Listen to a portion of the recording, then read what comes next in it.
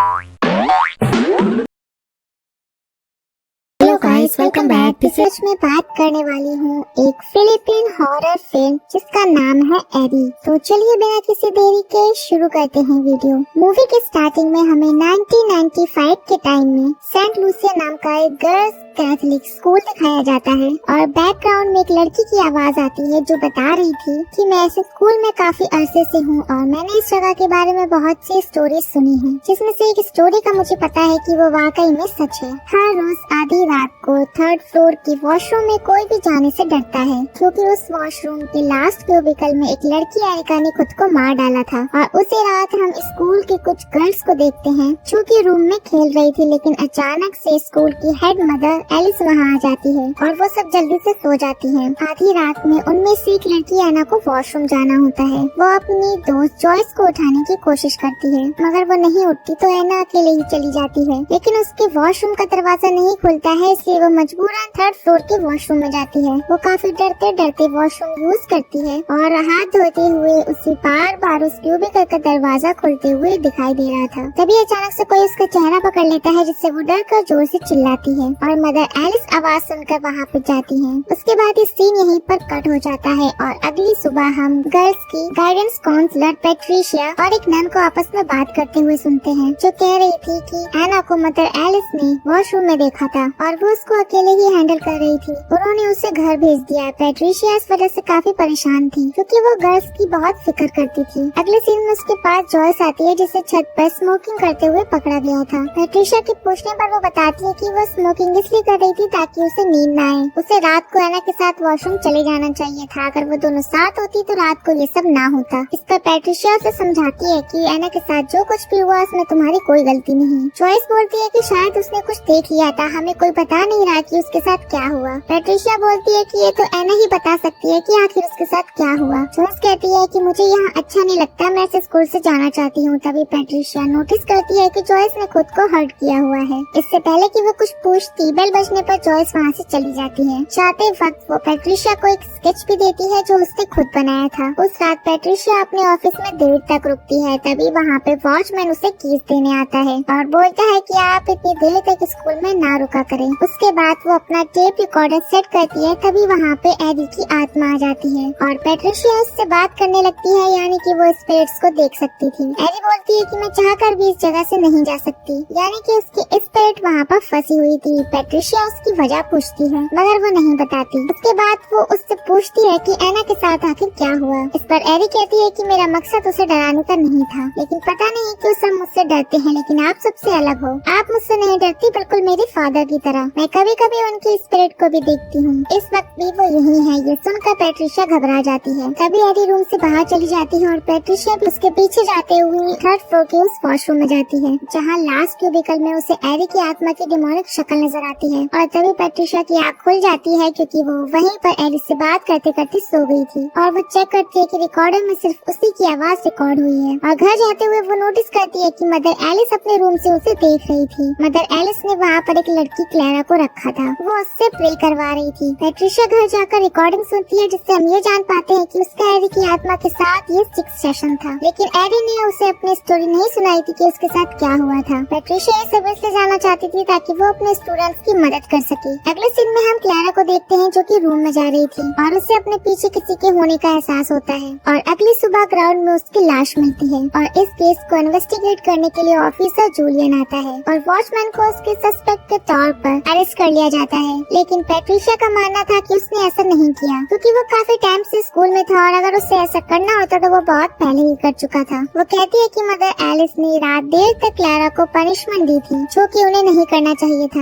और mother Alice उन दिन के लिए सारी क्लासेस को पोस्टपोन कर देती है क्लैरा की डेथ की वजह से। और फादर उन सबसे बोलते हैं कि स्कूल में ये कोई पहली लड़की की डेथ नहीं है, इसलिए हमें हमेशा की तरह स्ट्रॉन्ग रहना है। रात को जूलियन पेट्रिशिया के पास आकर उससे फिरर के बारे में पूछता है, जिस पर पेट्रिशिया उससे भी यही कहती है कि फिरर बहुत ही पुराना एम्प्लॉय है, वो ऐसा नहीं कर सकता। जूलियन कहता है कि मैं भी ऐसा ही सोच रहा था। पेट्रिशिया बोलती है कि अगर केस के बारे में उसे कुछ भी पता चला तो वो उसे इन्फॉर्म करेगी। रात को पेट्रिशिया फिर से देर तक स्कूल में रुकती है, जहाँ एडी की आत्मा दोबारा उससे बात करती है। एडी उसे बताती है कि मेरी मॉम की आवाज बहुत बुरी थी, वो हर वक्त मुझ पर चिल्लाती रहती थी। और यहाँ फ्लैशबैक में दिखाया जाता है है कि एरी के डैड ने उसकी मॉम का गला दबाकर उसे मार दिया था। अचानक से एरी पैट्रिशिया का हाथ जोर से पकड़ लेती है। वो डरकर आंखें बंद कर लेती है, जिससे एरी वहाँ से गायब हो जाती है। अगली सुबह मदर एलिस स्कूल में नए रूल्स जारी कर देती है, जिससे एरी वहाँ से गायब हो जाती है, जिसमें कोई भी बच्चा अकेला कहीं भी नहीं जा पाएगा और कोई भी स्टूडेंट या फैकल्टी मेंबर शाम को 6 बजे के बाद स्कूल में नहीं रुकेगा और किसी ने ऐसा किया तो उसे सस्पेंड कर दिया जाएगा। फिर पैट्रिशिया को रात को सोते समय मदर एलिस का एक नाइटमेयर आता है जिसमें वो क्लेरा को मार रही थी। आँख खुलने पर पैट्रिशिया जूलियन को कॉल करती है कि वो एक बार फिडल से बात करना चाहती है, मगर जूलियन बोलता है कि वो फिडल से बात नहीं कर सकती क्योंकि ये एक हाई प्रोफाइल केस है। वो उसे ये भी बताती है कि उसे इस बारे में स्कूल से कोई इन्फॉर्मेशन नहीं मिली और अचानक से टीवी पर क्लेरा की न्यूज चलने लगती है और पैट्रिशिया घबराकर टीवी को बंद कर देती है। उसके बाद वो स्कूल जाती है जहाँ उसे क्लेरा की आत्मा नजर आती है, जिसे फॉलो करते हुए वो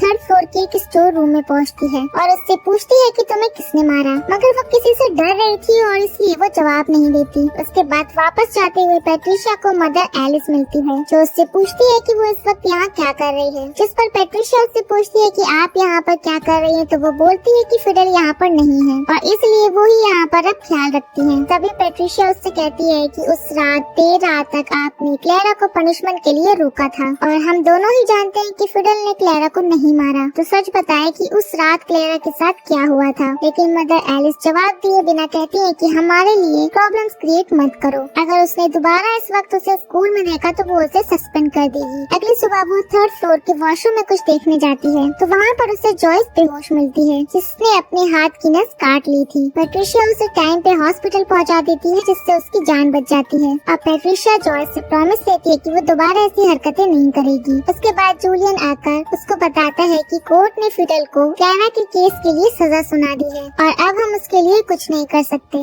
रात को पैट्रिशिया को विजन आता है कि उसके हाथों पर ब्लड लगा है। अगले दिन स्कूल में 2 बच्चे उसके सामने बैठे ड्राइंग कर रहे थे। पैट उन्हें रुकने का कहती है लेकिन वो नहीं रुकते और फिर उसके जोर से डांटने पर रुक जाते हैं और जब वो उनकी ड्राइंग्स को एक साथ जोड़ती है तो वो एरी की एक भयानक शक्ल बनती है और तभी उनसे वहाँ पे एरी की एक डिमोनिक शक्ल भी नजर आती है। और उसके बाद कॉरिडोर से गुजरते हुए वो देखती है कि एक नन जोर से एक लड़की को मार रही है। पैट को रोकने पर वो नीचे गिर जाती है और वो नन मदर एलिस थी। जिसके बाद हम पैट को एलिस के ऑफिस में देखते हैं और वो उससे कहती है कि आज तक किसी ने उसके पढ़ाने के स्टाइल को चैलेंज नहीं किया, जिस पर वो बोलती है कि बच्चों को इस तरह से मारना सही नहीं है, जिस पर वो उसे सस्पेंड करते हुए बोलती है कि अगर तुम अपनी जॉब सही से कर रही होती तो जॉयस अपनी जान न लेती। उसके बाद वो एक नन से बात करती है जहाँ पर वो नन उसे बताती है कि कुछ टाइम पहले एलिस की एक स्टूडेंट ने खुद को मार डाला था। तब से वो डरती है और पैट्रिशिया इस केस को इन्वेस्टिगेट करना चाह रही थी, इसलिए वो नन से हेल्प के लिए कहती है क्योंकि उसे लगता था कि ये सब क्लेरा के केस से जुड़ा है। पहले तो वो नन मना करती है लेकिन फिर पैट की हेल्प के लिए मान जाती है। उसके बाद पैट नन की ड्रेस में स्कूल के अंदर जाती है जिससे उसे कोई पहचान न सके और एलिस के ऑफिस में जाकर तलाशी लेती है। दूसरी तरफ एलिस बाकी सब नन्स के साथ पेयर रूम में थी। पैट को वहाँ से एरिका की कुछ फाइल्स और फोटोज से कुछ नेगेटिव्स मिलते हैं। तभी अचानक से एलिस ऑफिस में आने लगती है लेकिन उसे पीछे से फादर बुला लेते हैं और पैट बच जाती है। उसके बाद वो डार्क रूम में जाकर उन नेगेटिव्स को चेक करती है। उसमें एरिका की अपनी जान लेने की फोटोज थी, जिससे पैट समझ जाती है कि इन सब के पीछे एलिस का हाथ जरूर होगा। उस रात पैट और एलिस दोनों ही अपने घर पर सो नहीं पा रहे थे। उन्हें अजीब अजीब से नाइटमेयर्स आ रहे थे। तभी पैट एलिस के घर जाकर उससे एरिका के बारे में पूछती है तो एलिस बताती है कि एरिका बाकी लड़कियों से हटकर थी और उस वक्त मैं गाइडेंस काउंसलर थी, क्योंकि तब सिर्फ नर्स ही ये बन सकती थी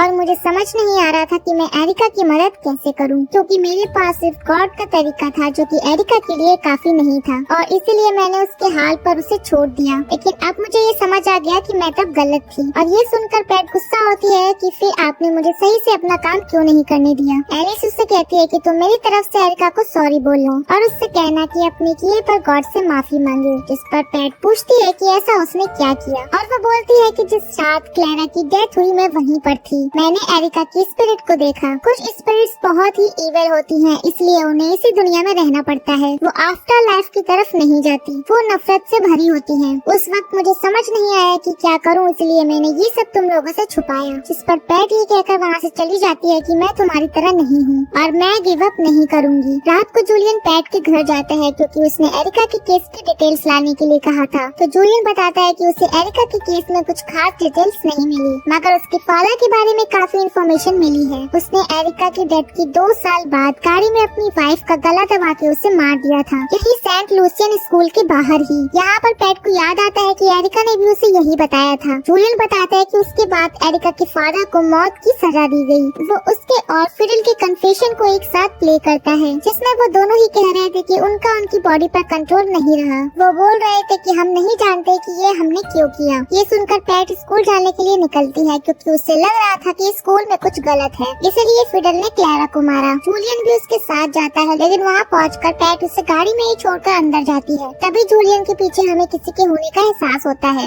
अंदर पैट को एरिका की आत्मा दिखती है, वो उसको फॉलो करती है। एरिका एक क्लोजेट में छुपकर रोने लगती है। पैट को लगता है कि शायद वो उससे बात नहीं करना चाहती, इसलिए वो दूर से क्लोजेट में छुपकर एरिका से कहती है कि अब हम एक दूसरे को देखे बगैर बात करेंगे। एरिका पैट से पूछती है कि वो बार बार उसके पीछे क्यों आती है, जिस पर वो बोलती है कि मैं पता लगाना चाहती हूँ कि आखिर तुम्हारे साथ क्या हुआ था और तुमने खुद को क्यों मारा। उससे पहले एरिका उससे पूछती है कि क्या वो हमेशा उसके साथ रहेगी, तो पैट बोलती है कि हाँ। तो एरिका कहती है कि मतलब हेल तक, क्योंकि मेरे जैसा करने वाले लोग हेल में जाते हैं, तुम्हारा भाई भी वहाँ होगा। मदर एलिस ने मुझसे कहा था कि मेरे जैसे लोगों को पैदा ही नहीं होना चाहिए। कोई भी मुझे पसंद नहीं करता था, मेरे कोई फ्रेंड्स नहीं थे। यहाँ हमें फ्लैशबैक में दिखाया जाता है कि एलिस ने एरिका को एक लड़की को टच करते हुए देख लिया था और फिर उसे बहुत मारा। किसी ने भी उसकी बात नहीं सुनी, ना ही उसे समझने की कोशिश की। घर पर मॉम ने सजा के तौर पर उसके बाल उल्टे सीधे काट दिए, जिस वजह से सब उस पर हंसते थे। वो स्कूल छोड़कर जाना चाहती थी, लेकिन उसे जाने भी नहीं दिया गया, इसलिए उसने इन सब से तंग आकर खुद को मार डाला। और उसने खुद से प्रॉमिस किया कि वो बाकी सबको भी ऐसे ही सफर कराएगी जैसे उसने किया है। बाद में जब उसके पेरेंट्स उसके स्कूल से उसकी चीजें लेने गए, तो उसने अपने डैड को पोसेस करके अपनी मॉम को मरवा दिया और इसी तरह फिडल को यूज करके उसने क्लारा को मरवाया, ताकि एरिका को किसी की स्पिरिट के रूप में एक फ्रेंड मिल सके। लेकिन एरिका कहती है कि उस स्पिरिट ने भी मेरी फ्रेंड बनने से इनकार कर दिया। तभी पैट कहती है कि जो भी उन लोगों ने किया वो सब गलत था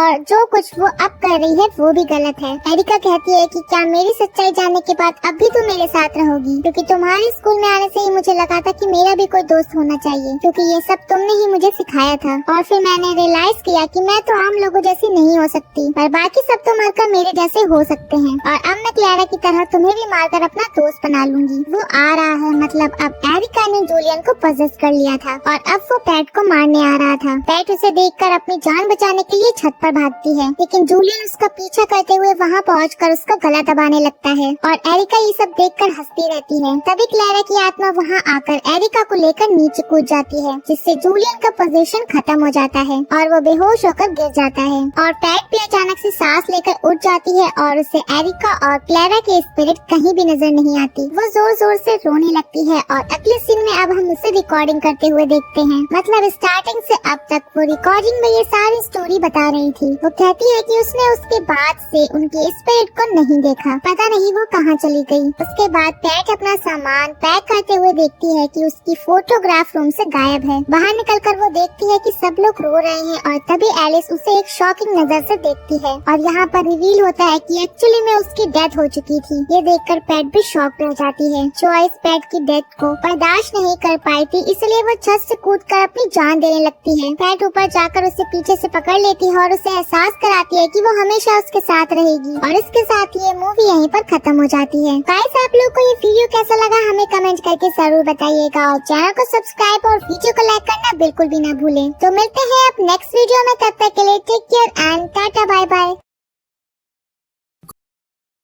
Thanks for watching. Like, comment and subscribe. Hurry up.